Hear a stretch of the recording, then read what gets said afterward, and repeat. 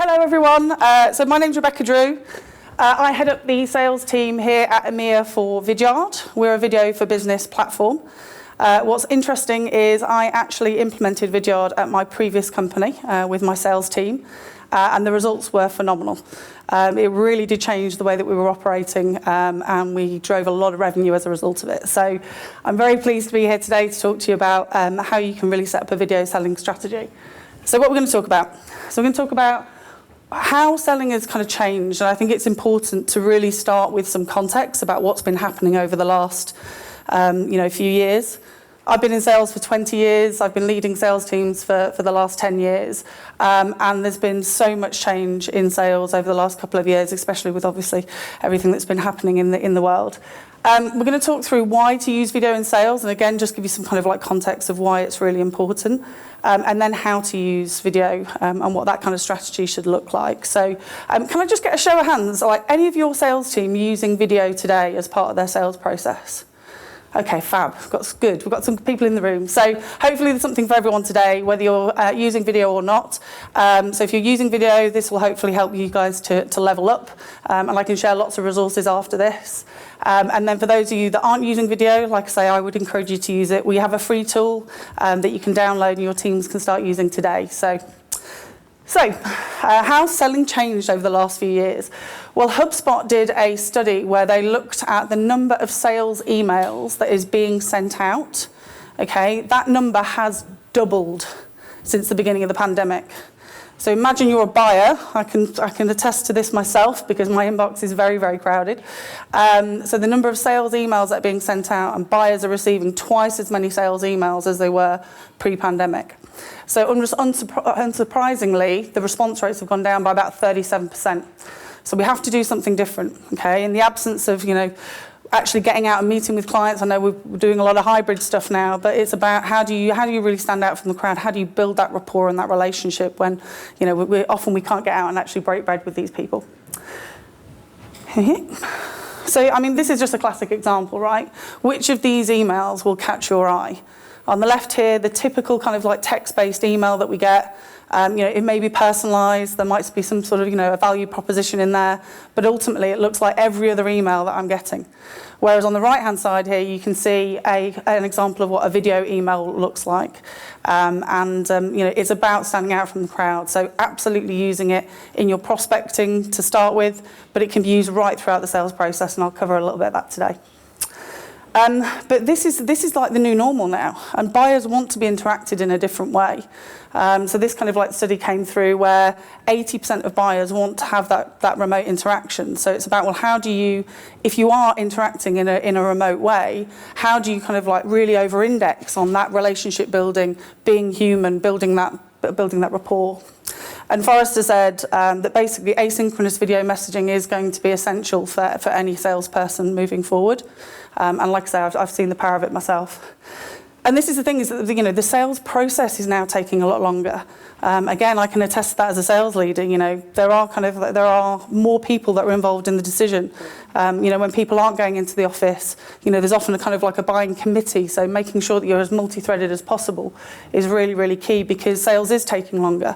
So how can we shorten that process? We've got one particular client where their average time to close was 126 days, and since using video, that's halved. So again, like really kind of like powerful stats there. So why video works for selling? So it's about standing out from the crowd. As I said, it's about making sure that you are really kind of like being human, and personalising that kind of outreach to those clients and prospects that you're working with.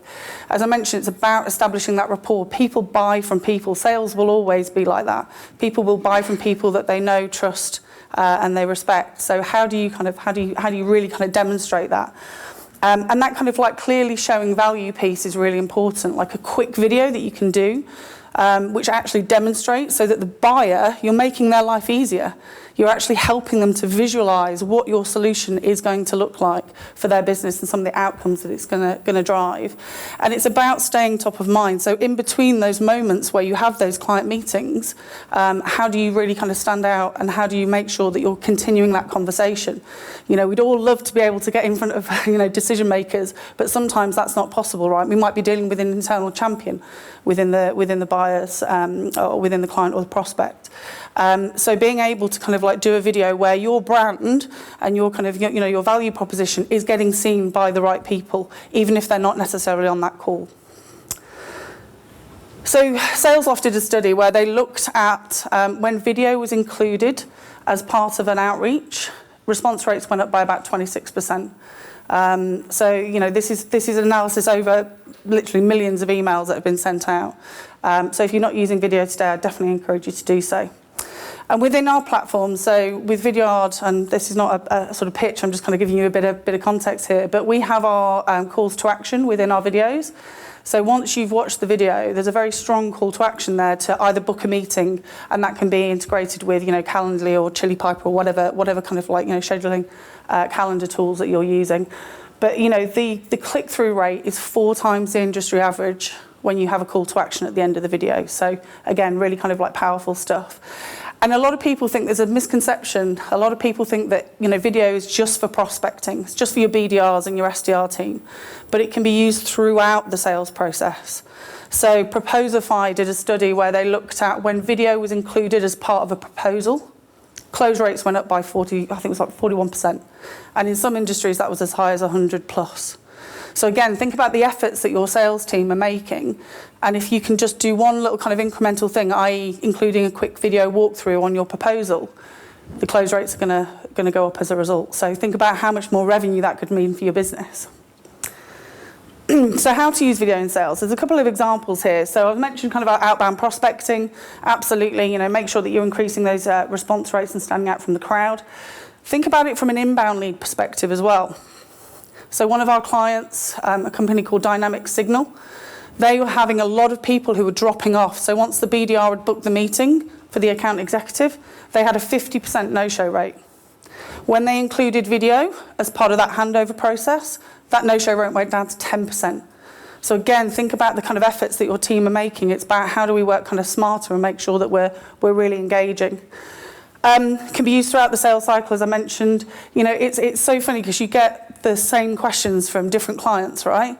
And rather than having to keep repeating yourself, you can do a quick video of, okay, what does this integration look like? Or I've got this kind of like question about your platform or your solution. What does that look like? And you can create those kind of shared videos that the whole team can use. And it could be some marketing-led videos, or it could be sales-led videos. But it just really, like a nice 2-minute video demonstrating something is a lot easier than getting on a call, half-an-hour call with a client. So it's about being effective and being efficient. And also that post-sale piece, again, it's like throughout the sales process, when you've got a client that's signed up, sending them a nice sort of video, welcoming them to your business and to your partnership, it, like I say, really goes a long way. And there's a few kind of examples here. So I thought I'd give you some kind of practical examples of what that can look like. So we have people where, they might have the webcam and the whiteboard. It might be a prospecting video that you're doing, something to kind of, there's an animated GIF that comes up when you put it in the email. You could be on their website. So again, because when the prospect or the client receives it, they will see that animated GIF. So you're able to kind of like show on their website. It might be something that you've picked up on their website that you think, okay, I think I can help this company because we're helping other companies similar size and nature. I love using the kind of like LinkedIn. I was at LinkedIn for 9 years, so I'm a big kind of like fan of the platform. But on their LinkedIn profile, again, have you seen something on there that's interesting that you can pull out and kind of demonstrate that value? You could be looking at their company report, their financial reports, or it could be a blog or an article or something that you've seen them write. There's some good examples there. And you can, if you want to be really creative, I've seen some kind of like people actually do like a visual explanation. So actually kind of talking through with a whiteboard of what that might look like. So what makes a great sales video? So first things first is building that trust and rapport. Okay, so make sure that you're being real and authentic. You know, we would say it doesn't have to be perfect. There's so many people that think, you know, it has to be perfect, it has to be polished. It's actually the videos where you might stumble a little bit, or you might kind of get something wrong. Those are the ones that tend to get like more engagement because, you know, it's showing that vulnerability, it's showing that you are human, and there's a real kind of connection there. We definitely say plan your message, but don't script it. There's nothing worse than when you kind of get something and it just feels like someone's just read something off a piece of paper. It doesn't seem authentic or genuine.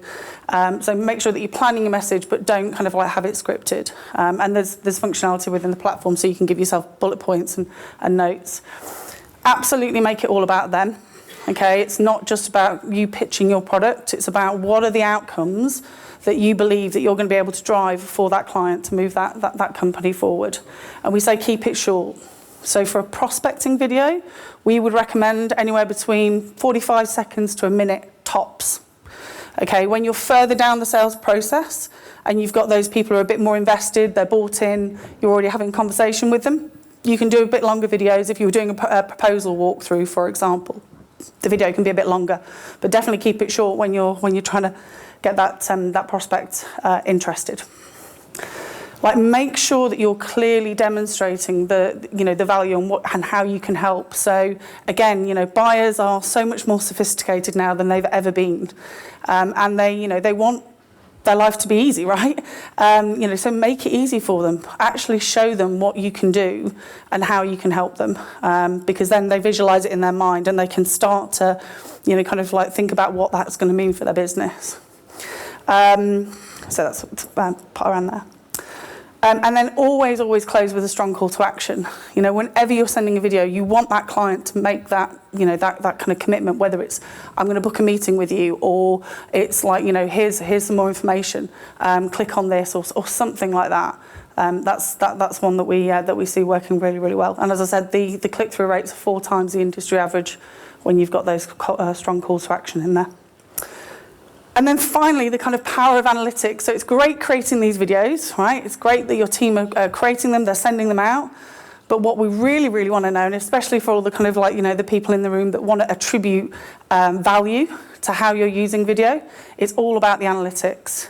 So from a kind of video perspective, once you send that video, you will get real-time analytics, okay, that actually show you when that person's watched that video and how much they've watched of it. And if you're integrating it into your marketing automation platforms, you can see when other people have watched that video as well. We had one kind of example just a few weeks ago where one of the teams sent out a video to a prospect, and that video got watched something like 100 times by different people within that organisation. So, I know that obviously the sales leader has received that video and gone, hang on a minute, guys, we should be doing this. There's just some great examples of the analytics that you can get there. And the thing is, with the analytics, once you can kind of like see, it may be the case that, someone over in this team is getting all of their videos watched and everyone's watching 100% of those videos. And there might be someone else in a different team that, their videos aren't getting watched. So what you're able to do is then be able to see, well, what's working and how do we double down on what's actually driving success. In our team here in EMEA, we actually have a video success library. So all of those videos that we send out that book that meeting or get that kind of that conversion, we share that across the team so that they can see what does good look like, what does success look like. And then finally here, you integrate it. It's got to be embedded in the tools that you're already using. There's so much sales tech out there, and it's just absolutely exploded over the last few years. And I see a lot of people buying a lot of tech thinking it's going to be a silver bullet, it's going to fix this. And they don't really think about how they embed it into their current process and the team's current workflow. So we have a Salesforce integration where you're able to then attribute revenue. So for example, I can look at a dashboard and I can say, okay, I know that when we've included video as part of the sales process, I know that the close rates are this. I know what the time to close is. And we can compare that with things that aren't including video as well. So that's everything for me. I mean, I rattled through that quite quickly. I appreciate we were about 5 minutes over, but I'll open it up to Q&A. And then I've got a few more resources for you. So what questions? Oh, thank you. Thank you.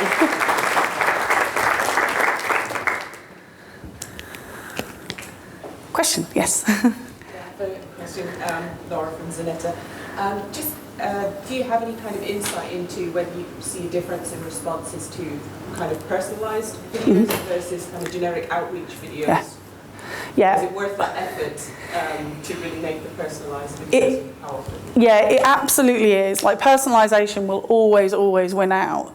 But, you know, I do know that you also then have to balance that with scale, right? So, you know, we do have some examples. I mean, some of my team, you know, for certain examples where they can send a generic video.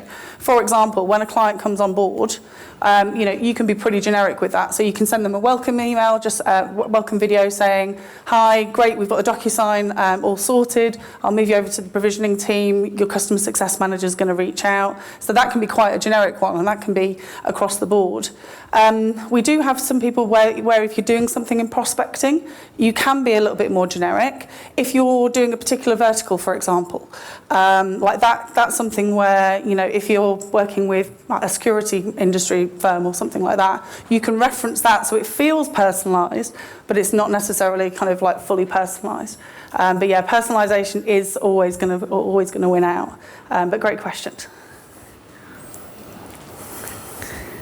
Any other questions?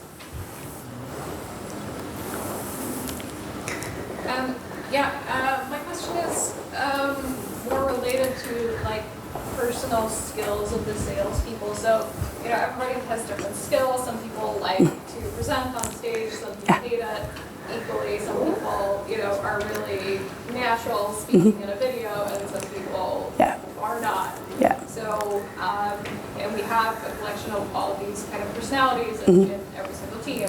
Yeah. So what is your experience with implementing the use of video and people's skills? Would you know, would you want to upskill everybody to do it? Would you have different people from the team that are really strong at it doing it? What's your experience in that? Yeah, it's a great question, and it is going to feel weird. The first time you do a video, I can attest to this myself, the first time you do a video, it is going to feel a bit strange.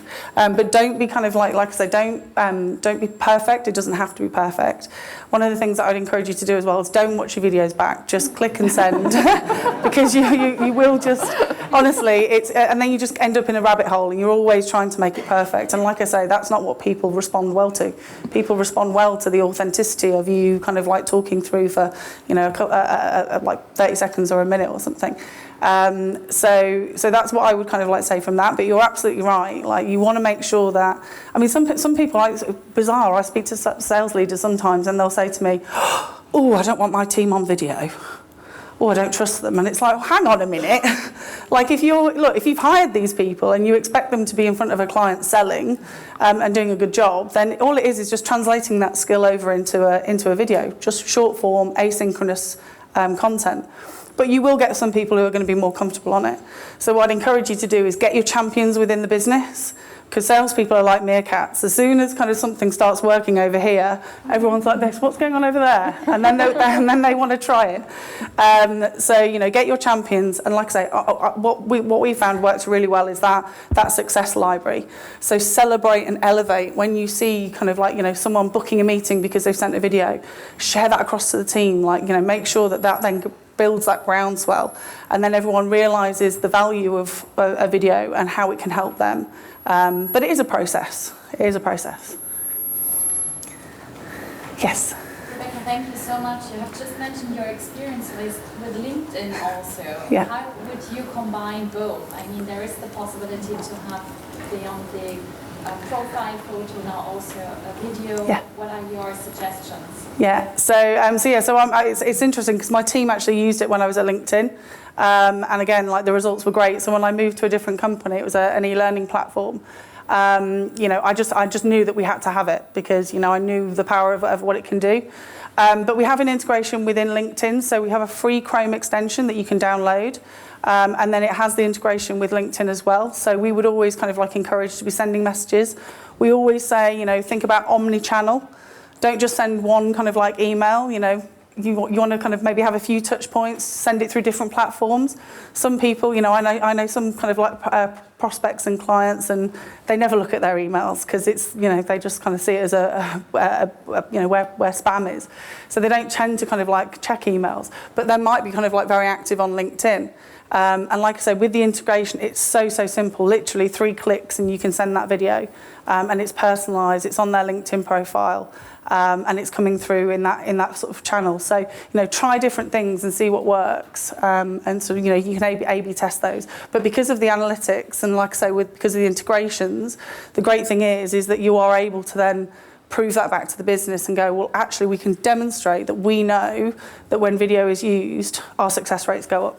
All of the charts go up and to the right, basically. Any other questions? I have one. What's the most unique selling strategy you have seen so far? Oh, a good question. I've seen some very creative examples. In fact, I'll share these kind of like couple of resources with you. Oh, sorry, the screen's gone off. But there's a couple of resources after the last slide. So we have a video inspiration hub. If you go to vidyard.com, video inspiration hub, there are hundreds and hundreds of examples of you know, different companies and how they're using video. I have seen people write songs. I've seen people kind of, you know, use props. Like, you can be as creative as you want, or you can just be, you know, the other end of the spectrum, which is pretty normal. But I think some of those creative ones are really fun and really engaging. But it's got to be appropriate for your business, right? If you are working in maybe a more conservative market, or, you know, your business is, you know, the brand doesn't really align with, you know, getting a ukulele out and singing to someone to try and book a meeting, then, you know, keep it a bit more kind of generic and a bit more on brand. But there are some really great examples. Check it out, Video Inspiration Hub. Thank you. Perfect. Wonderful. Then, yeah. thank you very much. Thank you very much. Thank you.